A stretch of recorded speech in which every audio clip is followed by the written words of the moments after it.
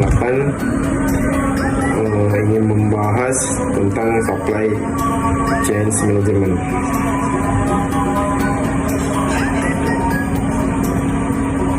The supply chain strategi informant manajemen rantai pasokan menggambarkan koordinasi semua kegiatan rantai pasokan, dimulai dengan bahan baku dan diakhiri dengan pelanggan yang puas.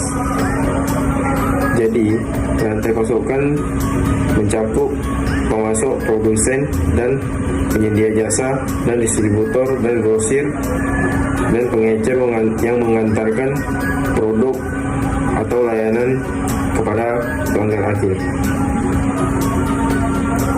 Jadi ini ada gambar ya. Contoh dari luasnya hubungan dan aktivitas yang dapat dicakup oleh rantai pasokan. Tujuan dari manajemen rantai pasokan adalah untuk menyusun rantai pasokan untuk memaksimalkan keunggulan komparatif dan manfaat bagi konsumen akhir.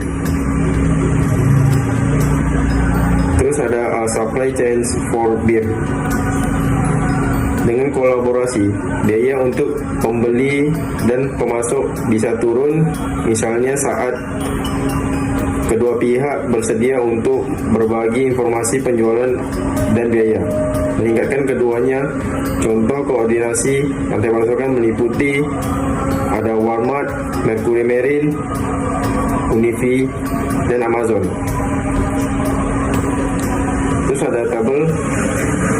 Sebagian besar pendapatan perusahaan biasanya dihabiskan untuk pembelian rantai pasokan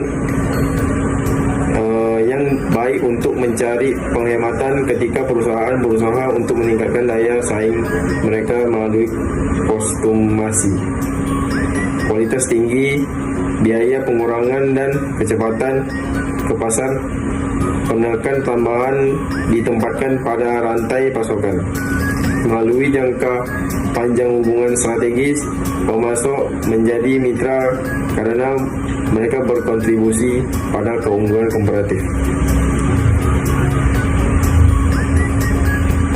Untuk memastikan bahwa rantai pasokan mendukung strategi perusahaan, manajer perlu mempertimbangkan masalah rantai pasokan yang ditunjuk pada tabel berikut ya.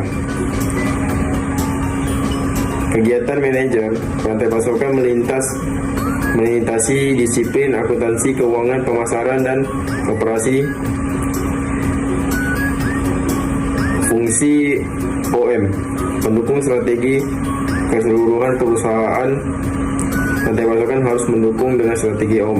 Strategi rendah biaya atau respon cepat menuntut hal yang berbeda dari rantai pasokan daripada strategi diferensi. Selanjutnya, sourcing isu make or buy and outsourcing.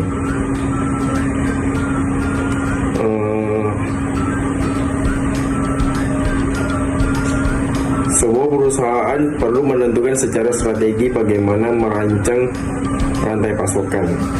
Namun sebelum memulai desain rantai pasokan, manajer operasi harus terlebih dahulu mempertimbangkan keputusan buat atau beli dan outsourcing. Itu ada gambarnya. Make or buy decision. Produsen, restoran, dan perakit produk membeli komponen dan subambelis yang masuk produk akhir. Memilih produk dan jasa yang bisa diperoleh secara menguntungkan secara eksternal dibandingkan dengan diproduksi secara internal dikenal sebagai buat atau beli keputusan. Personel rantai pasokan mengevaluasi pemasok alternatif dan memberikan informasi terkait tepat dan lengkapi data yang relevan dengan alternatif pembelian. Yang terakhir ada outsourcing. Pengalidayaan mentransfer sebagian dari aktivitas internal, tradisional, dan sumber daya perusahaan ke vendor luar, membuat sedikit berbeda dari keputusan make or buy tradisional. Pengalih-dayaan yang dibahas dalam bab 2 merupakan bagian dari tren berkelanjutan menuju penggunaan efisiensi yang datang dengan spesialisasi. Vendor yang tepat melakukan layanan outsourcing adalah pakar dalam spesialisasi khusus. Meninggalkan perusahaan outsourcing untuk fokus keberhasilan kunci faktor dan kompetensi intinya. Terima kasih.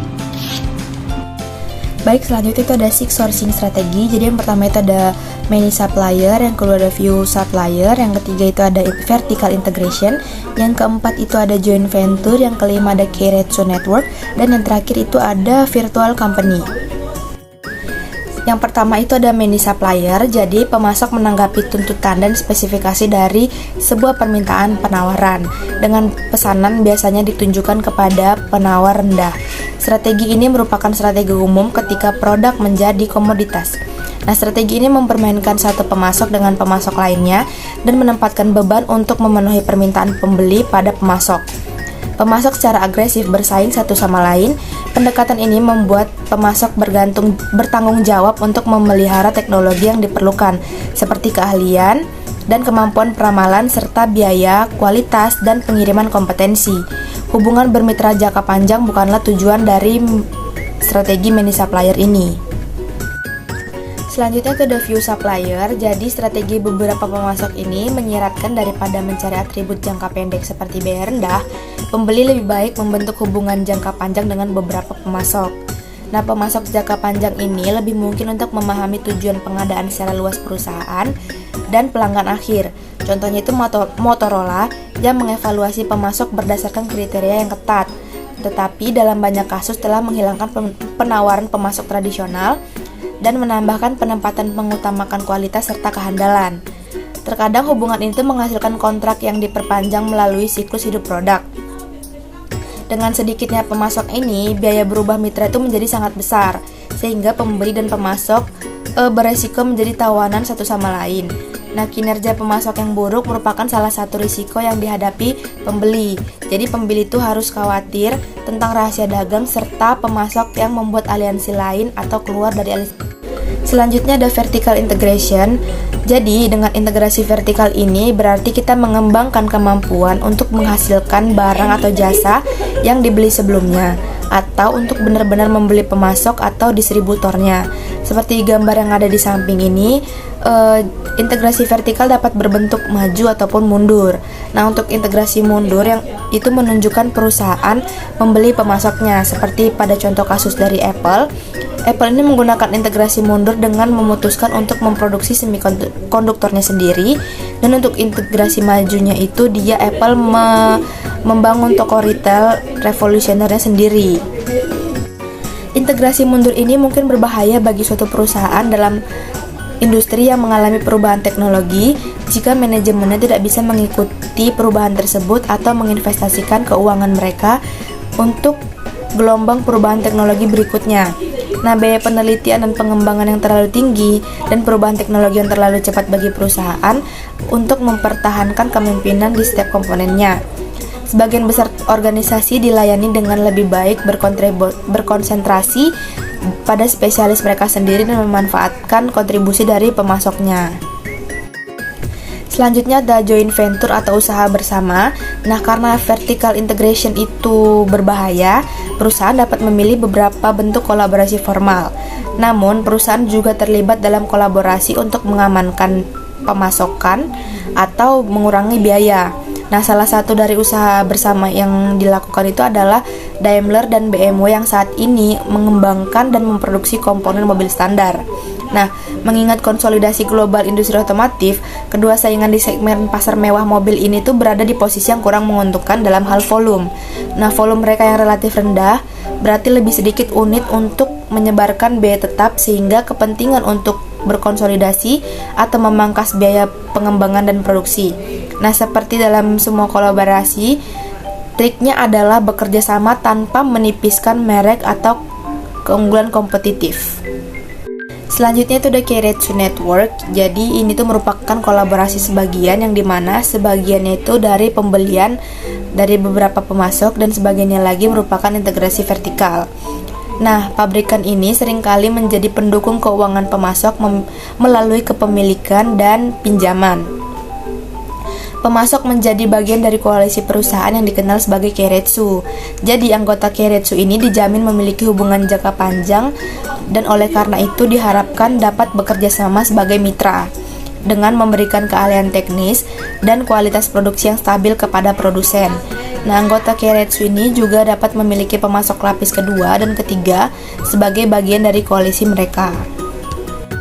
Dan yang terakhir merupakan virtual company. Jadi perusahaan virtual ini mengandalkan hubungan pemasok yang baik dan stabil untuk menyediakan layanan sesuai permintaan. Nah, pemasok dapat menyediakan berbagai layanan yang mencakup seperti penggajian, memperkerjakan personel, merancang produk, menyediakan layanan konsultasi, membuat komponen, melakukan pengujian atau mendistribusikan produk. Hasilnya merupakan efisiensi. Jadi contohnya itu bisnis pakaian yang menjadi contoh tradisional organisasi virtual. Nah, para desainer ini jarang membuat desain mereka. Sebaliknya, mereka melisensikan pembuatannya. Nah, untuk contoh kontemporernya itu dicontohkan oleh perusahaan Vizio, yaitu produsen TV layar datar yang berbasis di California yang memiliki kurang dari 100 karyawan, namun penjualannya itu besar sehingga Vizio ini menggunakan modul untuk berkumpul menjadi merek TV. Nah, pada tabel ini tuh dia mengidentifikasi kategori utama risiko dan bagaimana cara menanggulanginya. Contoh yang pertama itu ada kegagalan pengantaran pemasok, dan cara menanggulanginya itu dengan menggunakan banyak pemasok, kontrak yang efektif dengan penalti, subkontraktor digaji, dan pra-perencanaan. Contohnya itu ada McDonald yang merencanakan rantai pemasokannya 6 tahun sebelum pembukaan usahanya. Jadi setiap roti, daging, ayam, ikan, dan selada itu dipantau secara ketat untuk memastikan hubungannya. Contoh berikutnya itu ada kegagalan kualitas pemasok. Nah, cara menanggulanginya itu dengan pemilihan pemasok yang cermat, pelatihan, sertifikasi, dan pemantauan. Untuk contohnya itu dia ada restoran Darden yang menempatkan kontrol yang luas, termasuk audit pihak ketiga pada proses pemasok dan logistik untuk memastikan pemantauan konstan dan mengurangi risiko. Selanjutnya itu ada pengalih-dayaan. Cara menanggulanginya itu dengan mengambil alih produksi, menyediakan atau melakukan pelayanan sendiri. Contohnya itu ada Tyson yang mengambil alih produksi peternakan ayam di Cina untuk memitigasi masalah kualitas dan keamanan produk terkait penggunaan peternak mandiri. Selanjutnya itu ada keterlambatan logistik atau kerusakan. Cara menanggulanginya itu dengan transportasi atau gudang yang digandakan, lalu ada pengemasan aman dan kontrak efektif dengan penalti. Untuk contohnya itu ada Walmart dengan armada truknya sendiri dan banyak lagi pusat distribusi yang berlokasi di seluruh Amerika Serikat, menjadikan asal alternatif dan rute pengiriman melewati masalah-masalah tersebut. Selanjutnya itu ada distribusi. Nah, untuk cara menanggulanginya itu dengan seleksi yang cermat, pemantauan, dan kontrak efektif dengan penalti. Contohnya itu ada Toyota yang melatih dealernya di seluruh dunia dengan menggunakan sistem produksi Toyota untuk membantu dealer meningkatkan layanan pelanggan, logistik mobil bekas, dan operasi bodi serta cat. Selanjutnya itu ada kehilangan data atau informasi. Nah, cara menanggulanginya itu dengan basis data yang lebih, sistem informasi yang aman, dan pelatihan mitra rantai pasokan tentang interpretasi dan penggunaan informasi yang tepat. Nah, contohnya itu ada Boeing yang memanfaatkan keadaan seni internasional sistem komunikasi yang mentransmisikan teknik penjadwalan dan data logistik ke fasilitas data pemasok Boeing di seluruh dunia.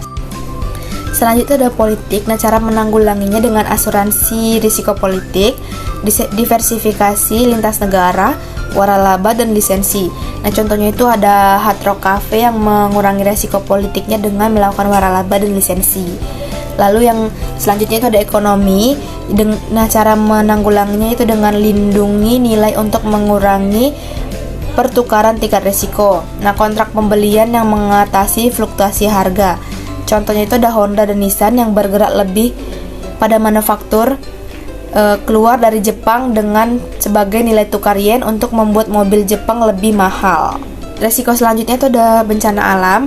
Nah, cara menanggulanginya yaitu dengan asuransi, sumber alternatif, dan diversifikasi antar negara.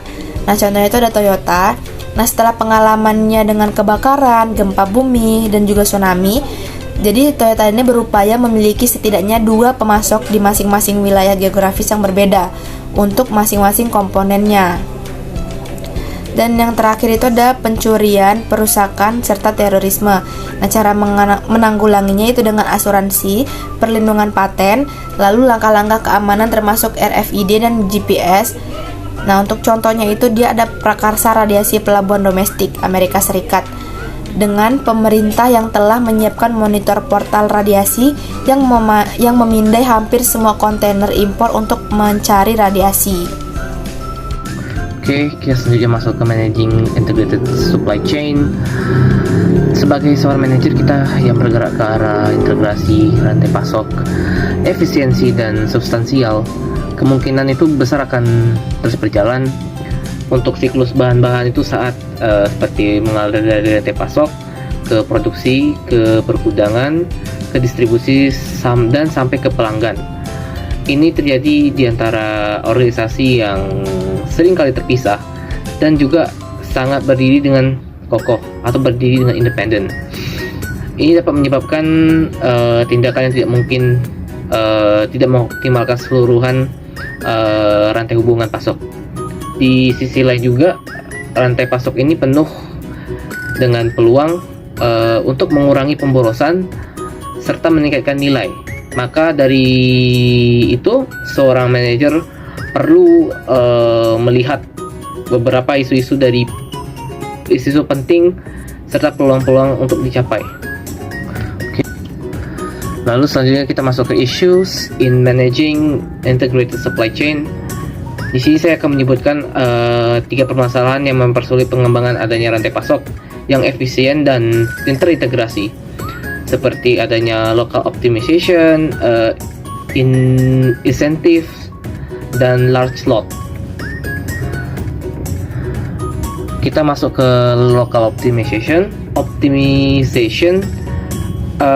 Anggota rantai pasok itu harus fokus kepada memaksimalkan lokal keuntungan atau meminimalkan biaya langsung berdasarkan pengetahuan yang mereka miliki tapi terbatas. Sedikit peningkatan permintaannya dikompensasikan secara berlebihan karena tidak ada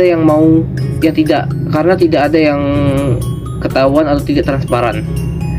Serta demikian pula sedikit kemerosotan dan yang dikompensasikan secara berlebihan karena tidak ada yang ingin tertangkap saat memegang kelebihan persediaan, sehingga fluktuasi diperbesar. Untuk contohnya itu seperti distributor pasta yang tidak mau kehabisan pasta untuk pelanggan retailnya.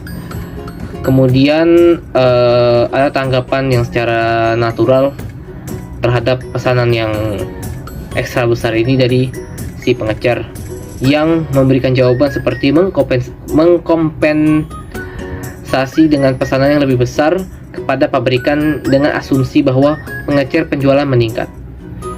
Baik dari distributor ataupun pabrikan, mereka tidak tahu atau tidak tahu menahu apa yang dimiliki si pengecer saat promosi satu kali yang memindahkan banyaknya pasta. Justru masalah yang rumit, penerapan distribusi yang efisien di pembuat pasta Italia yang bernama Barilla. Selanjutnya kita masuk ke sales incentive, quantity discount, quotas, and promotion. Secara insentif, ini kita mendorong si barang dagangan ke dalam rantai penjualan yang belum kemungkinan terjadi, dan di sini juga dapat menghasilkan fluktuasi yang pada akhirnya mahal untuk semua anggota rantai. Lalu kemudian kita masuk ke large lots. Large lot ini lebih cenderung untuk mengurangi unit biaya di seorang manajer, terutama di manajer bidang logistik. Ini ingin mengirimkan sebuah lot yang besar, yang sebaik-baiknya ditaruh di dalam truk yang penuh dengan muatan. Dan si manajer produksi juga ingin kegiatan produksi tersebut tetap berjalan secara lama, dan tindakan tersebut kemudian menurunkan pengiriman dan produksi unit biaya. Tetapi saat bersama mereka juga ingin meningkatkan biaya penyimpanan dan gagal mencerminkan penjualan aktual. Untuk ketiga kejadian umum ini, seperti local optimization, incentive, dan large lot, ini berkontribusi dalam distorsi sebuah informasi tentang apa yang sebenarnya yang terjadi di dalam sebuah aliran rantai pasok. Serta dengan berjalannya dengan baik, sistem rantai pasok juga perlu didasarkan pada informasi yang akurat tentang beberapa banyak produk yang sebenarnya ditarik melalui rantai, serta kemudian informasi yang tidak akurat atau tidak sengaja tetapi dapat menghasilkan distorsi dan fluktuasi. Nah, penyebabnya ini dikenal dengan efek bullwhip yang akan kita bahas selanjutnya. Untuk efek bullwhip sendiri, efek bullwhip ini terutama terjadi seperti yang seperti di gambar grafis ini. Efek bullwhip ini terjadi saat pesanan itu diteruskan kepada pengecer, kemudian ke distributor, ke grosir, ke produsen, dan dengan kemudian fluktuasi meningkat pada setiap langkah dalam urutan. Istilah bullwhip itu terjadi saat sebuah fluktuasi di dalam sebuah rantai pasokan itu dapat meningkatkan biaya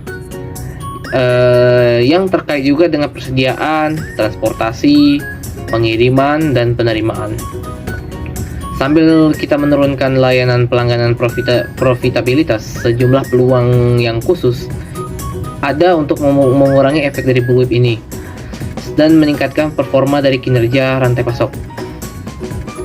Kemudian kita lihat di gambar ini kita bisa lihat kalau efek bullwhip ini bisa menyebabkan anggota rantai pasok untuk bereaksi secara berlebihan dalam artian itu bisa jadi panik atau segala macam terhadap sebuah perubahan permintaan di tingkat retail atau bukan retail, grosir.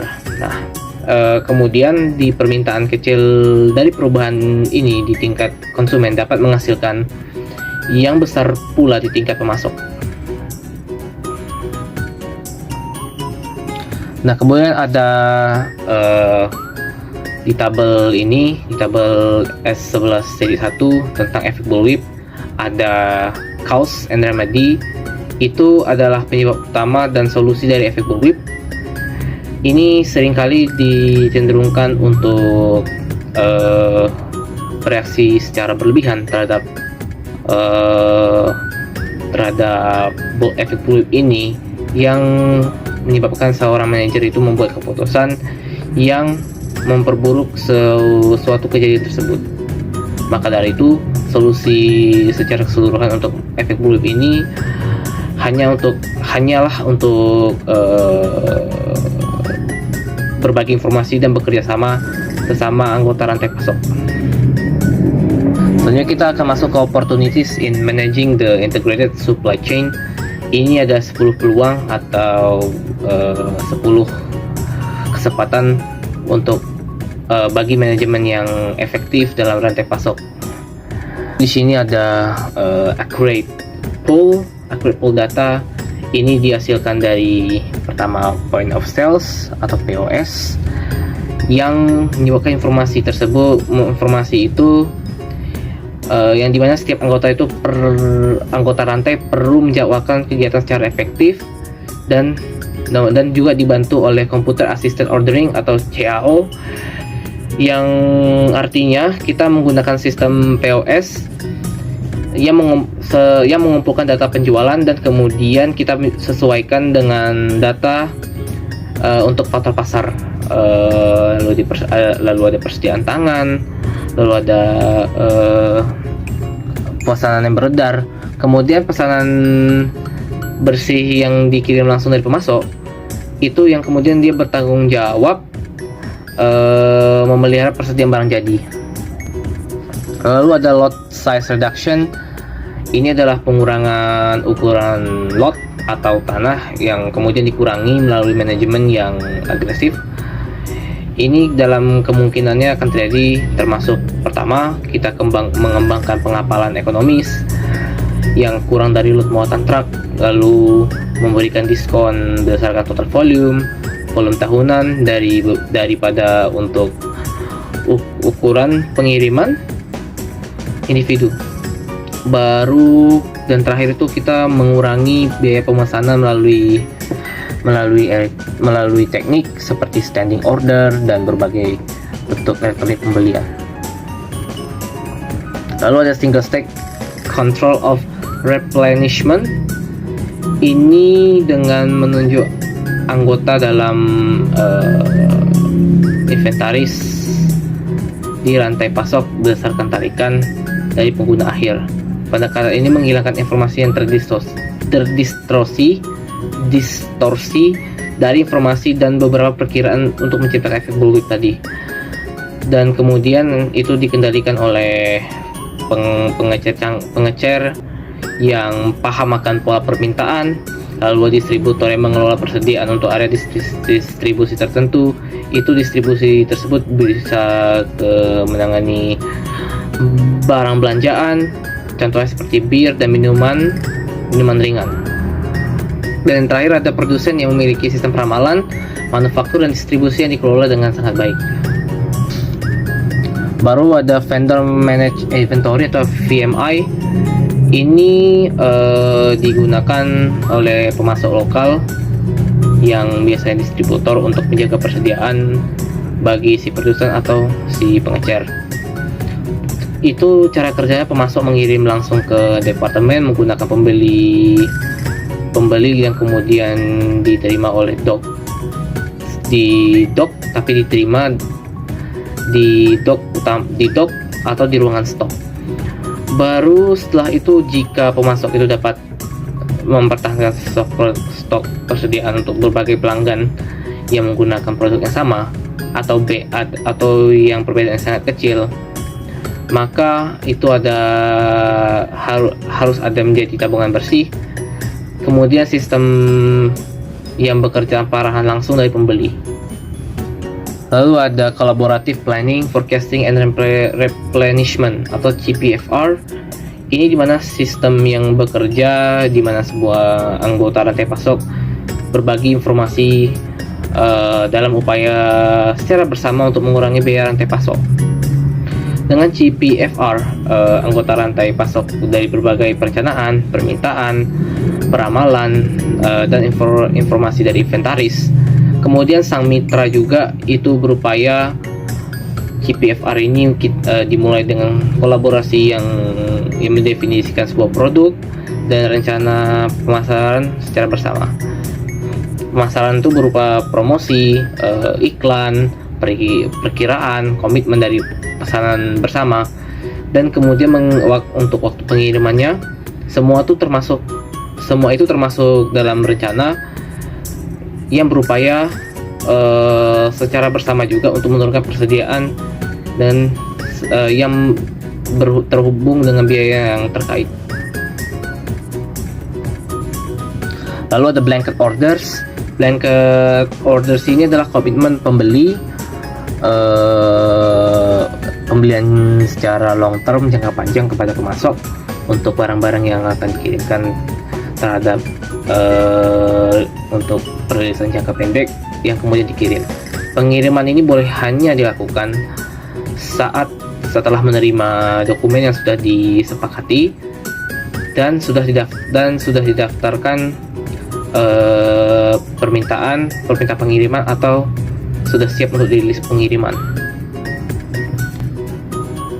Baru ada standardization. Ini di mana si departemen pembelian harus melakukan upaya khusus seperti meningkatkan tingkat standarisasi, yang artinya itu kita dapat memperoleh berbagai komponen serupa dengan label, warnaan, kemasan, atau bahkan mungkin spesifikasi teknis yang agak sedikit berbeda.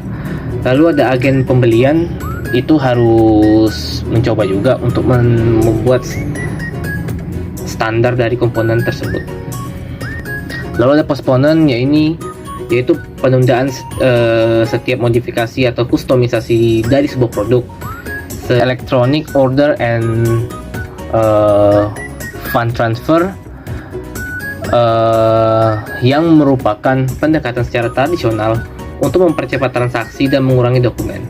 Serta transaksi ini dilakukan antar perusahaan yang sering menggunakan pertukaran data elektronik atau electronic data interchange yang merupakan format pengiriman data standar untuk komunikasi yang terkomputerisasi antar organisasi. EDI juga menyediakan penggunaan seperti pemberitahuan pengiriman lanjutan atau advancing shipping notice, yang dimana ini kita memberitahu si pembeli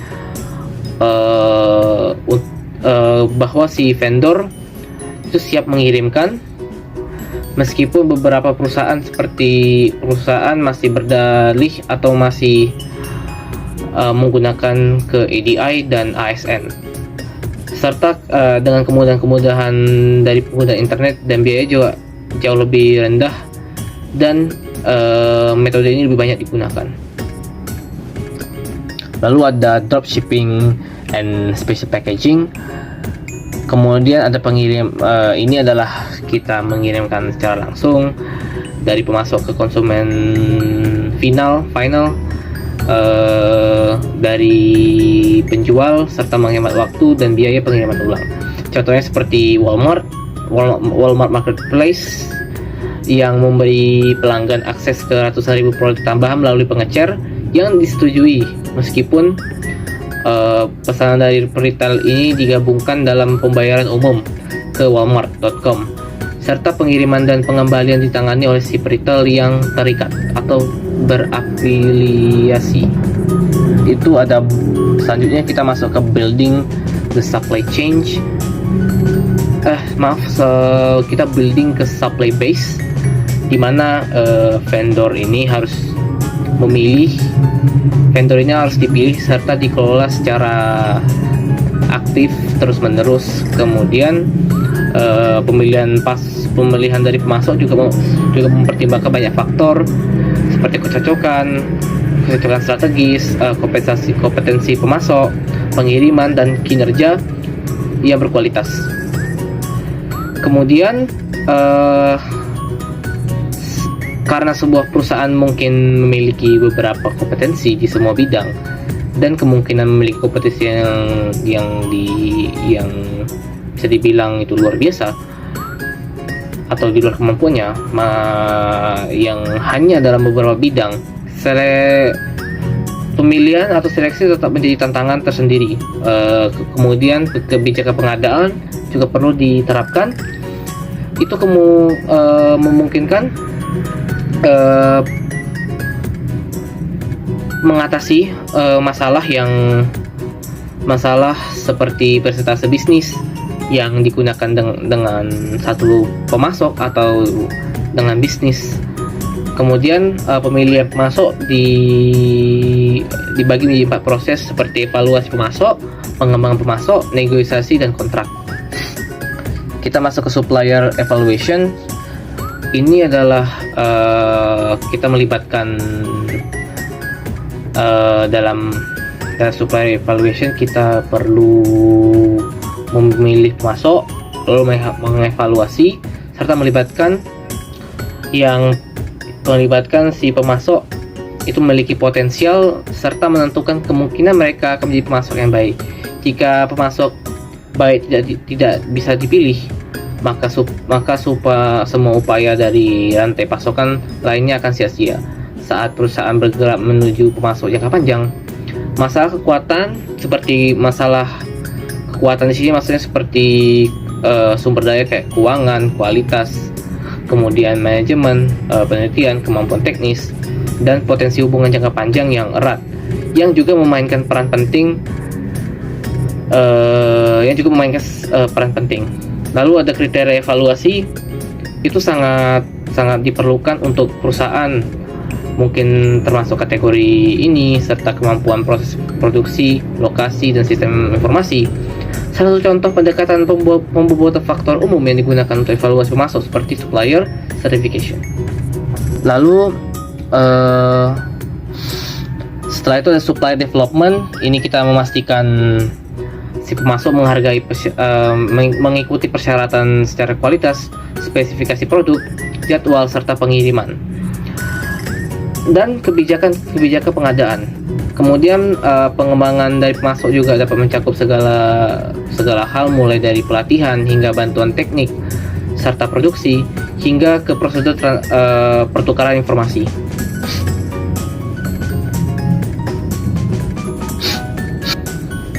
Baru selanjutnya kita ke negotiation, yakni yang dimana kita itu seringkali tidak fleksibel, yang kemudian sejumlah besar harga akhir dibayarkan dalam transaksi B2B itu dinegosiasikan. Dengan harga itu sendiri, beberapa aspek dari produk yang lengkap ini sangat perlu ditentukan, termasuk persyaratan kredit dan pengiriman, kemudian standar kualitas, dan perjanjian perikanan yang kooperatif. Dan kemudian ada 3 contohnya seperti model berbasis biaya, model harga berbasis pasar, dan penawar kompetitif. Lalu selanjutnya kita masuk contracting. Ini adalah kontrak yang kemudian dirancang untuk berbagai risiko, berbagai manfaat, serta menciptakan struktur insentif yang kemudian mendorong anggota rantai pasok itu sendiri untuk mengadopsi kebijakan yang optimal untuk keseluruhan aliran rantai pasok. Contohnya seperti ya kue, misalnya pie itu, kemudian pie total itu anggap saja keuntungan rantai pasok itu lebih besar, dan kemudian kita membagi lagi kue itu menjadi lebih besar di antara semua peserta. Ini tujuan utamanya untuk kolaborasi, yang dimana beberapa fitur umum dari kontrak ini termasuk diskon dari kuantitas atau harga yang lebih rendah untuk pesan yang lebih besar, kemudian pembelian kembali atau umum untuk dalam bisnis, yang itu bisnis seperti bisnis majalah dan buku-buku, di mana ada pembeli yang kembali, kemudian ada unit yang tidak terjual, dan yang terakhir ada pembagian pendapatan, yang dimana kedua mitra ini berbagi risiko ketidakpastian dengan berbagi dengan pendapatan. Lalu ada centralized purchasing. Ini adalah perusahaan yang memiliki banyak fasilitas, contohnya seperti beberapa pabrik manufaktur atau retail yang harus menentukan item mana yang akan dibeli secara terpusat, dan yang memungkinkan dari situs lokal untuk membeli itu sendiri. Pembelian yang tidak tersentralisasi atau tidak terpusat itu tidak terpantau, sehingga dapat menimbulkan kekacauan. Contohnya itu seperti pabrik yang berbeda merek untuk produk Nestle yang di Amerika Serikat itu biasanya membayar 29 harga yang berbeda untuk bahan-bahannya, seperti bahan vanila ke pemasok yang sama manfaat biayanya, efisiensi, serta suara voting yang sangat penting, sehingga bertambah dari fungsi pembelian terpusat. Lalu ada e-procurement, dan ini pembelian yang difasilitasi melalui internet, yang memiliki artinya itu kita mempercepat pembelian, kemudian mengurangi biaya, serta mengintegrasikan rantai pasok itu sendiri. Ini juga mengurangi rentetan dokumen secara tradisional, serta di saat yang bersamaan dapat menyediakan personel atau anggota dari pembelian dengan database dari pemasok, pengiriman, dan data kualitas yang ekstensif. Ada dua sistem pembelian yang dilakukan melalui internet, seperti online catalog exchange dan online auction. Dan selanjutnya akan dibacakan oleh teman saya. Selanjutnya adalah logistik management. Logistik management adalah tata kelola fungsi manajemen rantai pasokan yang membantu organisasi merencanakan, mengelola, dan menerapkan proses untuk memindahkan dan menyimpan barang. Tujuannya adalah untuk memperoleh efisiensi operasi melalui integrasi semua akuisisi material, pergerakan, dan aktivitas penyimpanan. Contohnya adalah perusahaan menggunakan teknologi pelacakan yang dapat mengurangi kerugian pada perusahaan dan mendukung jadwal pengiriman yang mematuhi waktu pengiriman yang tepat. Selanjutnya adalah warehousing. Pergudangan biasanya menambahkan 8-10% kepada biaya produk, membuat pergudangan menjadi biaya yang signifikan bagi banyak perusahaan. Tujuan dasarnya adalah untuk menyimpan barang, namun beberapa gudang juga menyediakan fungsi penting lainnya. Yang pertama ada consolidation point. Consolidation point fungsinya mengumpulkan pengiriman dari berbagai sumber untuk mengirim keluar dalam satu yang lebih murah terisi penuh truk. Selanjutnya adalah break bulk. Fungsi break bulk dengan menerima pengiriman masuk lebih murah dengan muatan truk dan kemudian membaginya untuk didistribusikan ke masing-masing lokasi. Selanjutnya adalah cross docking facility. Fungsinya adalah menerima kiriman dari berbagai sumber dan menggabungkannya untuk didistribusikan ke berbagai tujuan, biasanya tanpa menyimpan produk dalam perjalanan. Selanjutnya adalah, dan yang terakhir, channel assembly. Channel assembly mengirimkan komponen dan modul individual, bukan produk jadi, kepada distributor. Distributor kemudian merakit, menguji, dan mengirimkannya. Channel assembly memperlakukan distributor lebih sebagai mitra manufaktur daripada sebagai distributor. Selanjutnya adalah shipping system. Shipping system ada yang 6 yang biasanya digunakan. Yang pertama itu truk. Sebagian besar barang-barang manufaktur bergerak dengan truk. Selanjutnya ada kereta api, yaitu mengantar batu bara dan biji-bijiannya. Selanjutnya adalah pengiriman udara. Biasanya digunakan untuk mengantar barang-barang ringan dan memfokus kepada kecepatan daripada cost. Contohnya adalah persediaan medis, bunga, bobohan, dan komponen elektronik. Selanjutnya adalah transportasi air. Digunakan jika mementingkan cost daripada kecepatan. Biasanya mengantar besi, semen, batu bara, minyak-minyak, dan lain-lainnya. Next adalah saluran pipa. Saluran pipa biasa digunakan untuk mengantar atau transport minyak mentah dan minyak bumi. Dan yang terakhir adalah multimodal. Multimodal itu adalah menggabungkan beberapa metode shipping, terutama pengiriman internasional menggunakan kontainer tanpa membongkarnya sampai tujuan akhirnya. Selanjutnya adalah third party logistik. Manajer rantai pasokan melakukan outsourcing logistik untuk memenuhi 3 sasaran. Yang pertama itu menurut. Selanjutnya saya akan menjelaskan etika dan supply chain manajemen yang berkelanjutan. Etika manajemen rantai pasok ada 3 aspek etika, yaitu etika pribadi, etika dalam rantai pasok, dan perilaku etis terkait lingkungan. Karena rantai pasok menjadi semakin internasional, maka dari masing-masing ketiga aspek tersebut telah menjadi lebih signifikan. Selanjutnya yaitu personal ethics. Keputusan etik sangat penting untuk kesuksesan jangka panjang organisasi dimanapun. Namun rantai pasok sangat rentan terhadap penyimpangan etika. Nah, Institute for Supply Management telah mengembangkan prinsip dan standar berikut untuk digunakan sebagai pedoman perilaku etis. Contohnya itu seperti yang pertama, mempromosikan dan menjunjung tinggi tanggung jawab kepada pemberi kerja, pemasok, dan pelanggan yang memiliki hubungan positif dan memiliki tanggung jawab sosial. Perlindungan informasi rahasia dan hak milik, hukum peraturan, dan perjanjian perdagangan yang berlaku. Selanjutnya yang kedua yaitu hindari anggapan ketidakpantasan, konflik kepentingan, perilaku yang berdampak negatif, keputusan rantai pasok, dan perjanjian timbal balik yang tidak tepat. Selanjutnya yaitu ethics within the supply chain. Di era super hyper spesialis ini, banyak sumber daya organisasi dimanapun yang bisa dibeli, yang memberikan tekanan besar pada etika rantai pasok. Contohnya itu seperti di perusahaan Gap Inc. Nah, perusahaan Gap Inc. ini telah memiliki kasus di perusahaan mereka, yaitu masyarakat telah melaporkan 3.000 lebih pabriknya di seluruh dunia, sekitar 90% gagal dalam evaluasi awal mereka, dan Gap menemukan bahwa 10 hingga 25% pabriknya yang berada di Cina terlibat dalam kasus pelecehan psikologis dan atau verbal, dan lebih dari 50% pabrik di sub-Sahara Afrika beroperasi tanpa perangkat keselamatan yang layak. Selanjutnya yaitu ethical behavior regarding the environment. Nah, etika yang baik mencakup melakukan bisnis dengan cara yang mendukung konservasi dan pembaruan sumber daya. Hal ini memerlukan evaluasi terhadap seluruh dampak lingkungan, mulai dari bahan mentah, manufaktur, hingga penggunaan dan pembuangan akhir.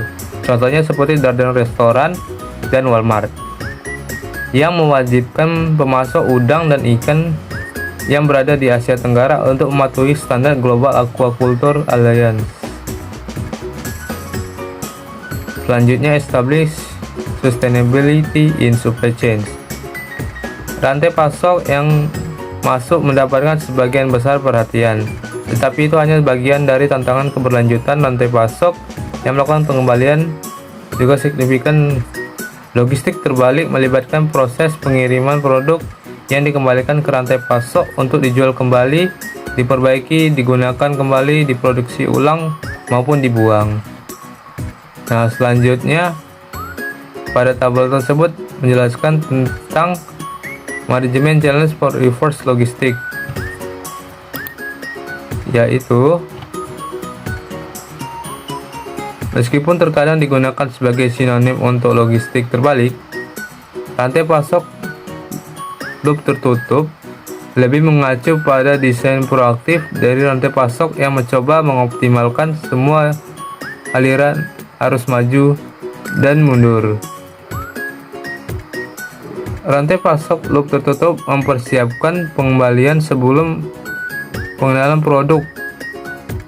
Contohnya IBM yang telah menyadari bahwa komponen seringkali memiliki siklus hidup yang lebih lama daripada produk aslinya yang mereka gunakan.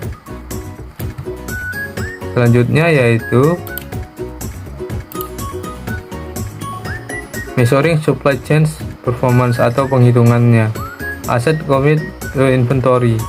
Manajer rantai pasok membuat keputusan penjadwal dan kuantitas yang menentukan komitmen aset terhadap inventaris.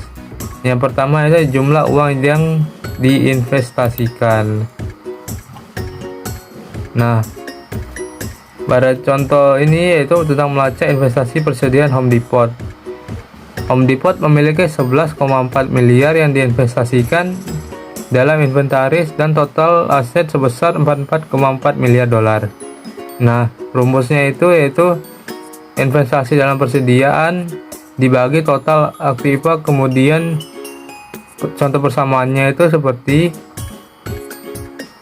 11,4 itu yang berasal dari investasi dibagi dengan 44,4 yang berasal dari total aset dikali 100 sama dengan 25,7%.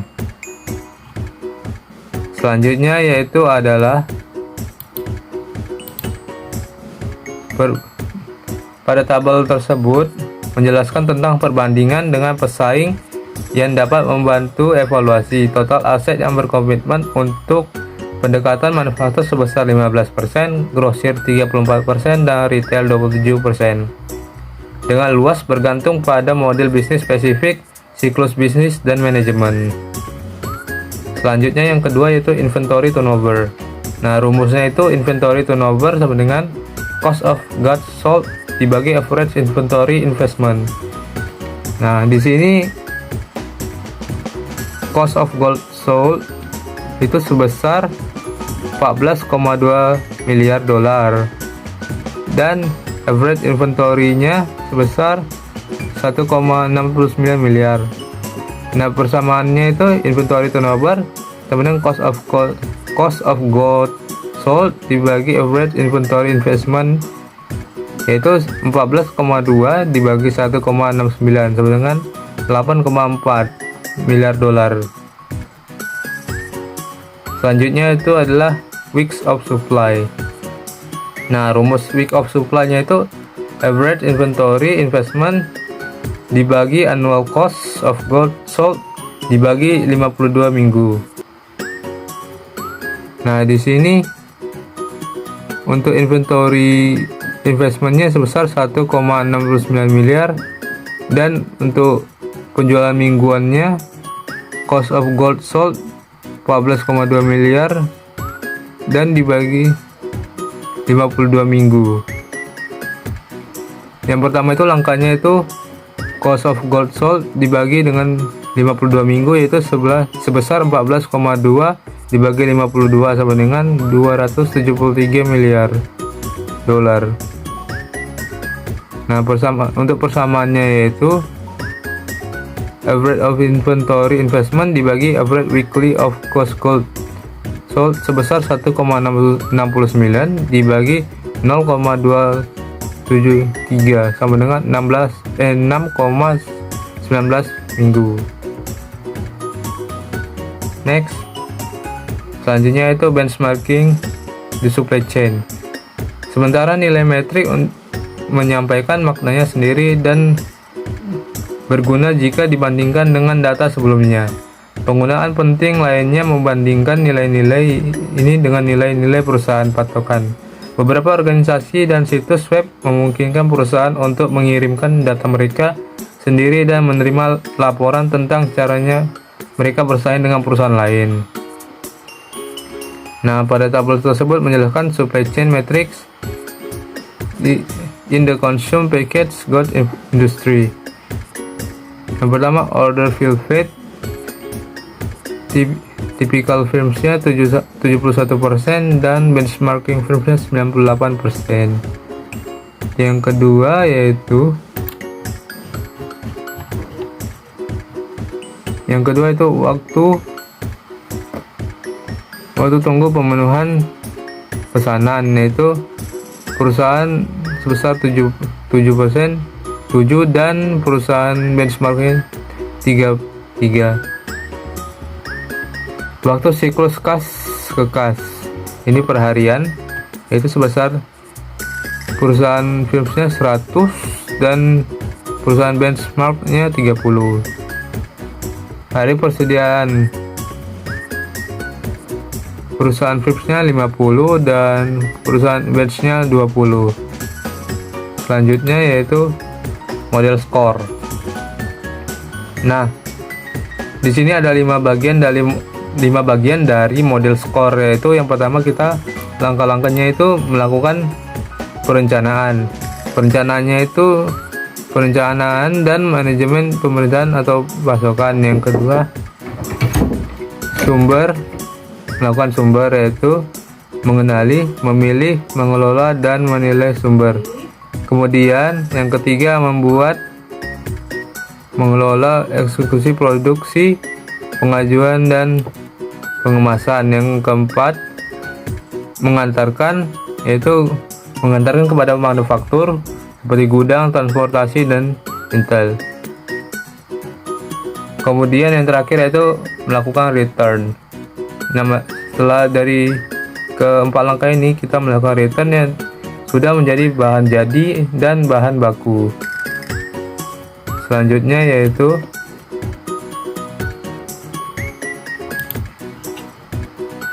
score model score yang mendefinisikan lebih dari 200 elemen proses, 550 metrik terukur dan 500 praktik terbaik.